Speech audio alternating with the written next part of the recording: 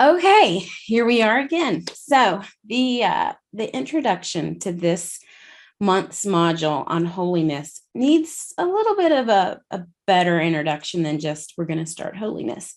So if we back all the way back up to the bold and courageous content that we started with, where we looked at Esther, Gideon, Paul, and Jesus at the temple courts, we looked at each person to understand in their life what it means to live out this role of being a believer of God, of being a Christ follower. What did it look like? What did they do? And some of what we saw was that they weren't perfect, right? With the exception of Jesus, they weren't perfect. They sometimes were obedient immediately, sometimes they weren't. And ultimately, though, they stood for something that they believed in. So with us, we shift then into the revival content and all that we've learned about Jonah in Nineveh, and then the first, second, third, and fourth great awakenings in the United States of America. Now, what has that taught us? Hopefully, what you're seeing is that, one, I believe there's a revival just bubbling at the surface, that we are going to see it in our lifetime. The second thing is that, again, God brings imperfect people to do his work. So that's, I'm happy with that because I'm not perfect. None of us are. We know that from scripture that none of us are perfect, but he brings imperfect people. He even brings people that don't speak well, that aren't prepared, that have no education to do this. And so again, I feel like, okay, that's good, because sometimes I'm not the best speaker. I mess things up. I feel like I'm not qualified to do this job. Imposter syndrome, we've talked about it, really sets in with this. And that's part of the spiritual warfare that happens. Anytime that we're trying to do God's work, we will essentially be attacked by the evil one saying, no, don't do that. So here we are now, several months into this, we're looking at holiness. So if we understand that revival is coming and we believe in Jesus, we should innately want to live a holy life, a better life, better in the sense of sin less, right? So I don't want to sin anymore. And we know that's not possible to be completely sinless, but we can do better.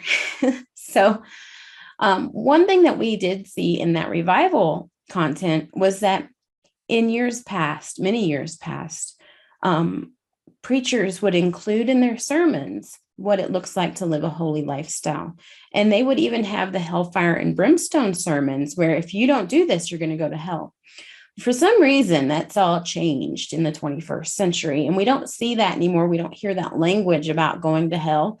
And we don't hear the language about you're sinning. Instead, it's more about we all love each other.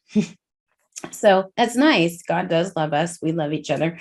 But we still need to also include that aspect of what does it look like to live as a Christian and try to be less sinful. That's what our holiness content will do. So you're going to see 4 months of content, just like we did in the previous months. We're going to include things like the 10 commandments, the 7 deadly sins, and so on. And we'll take a deep dive into scripture. So this is a time of personal reflection. One thing that you'll notice different with this content that we didn't have in the past is a journal. Each month will include a journal in your additional resources.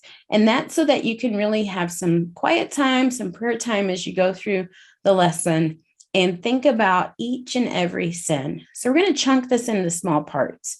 If you know me, I need to chunk things into small parts to make it more manageable. So we're going to chunk it into small parts.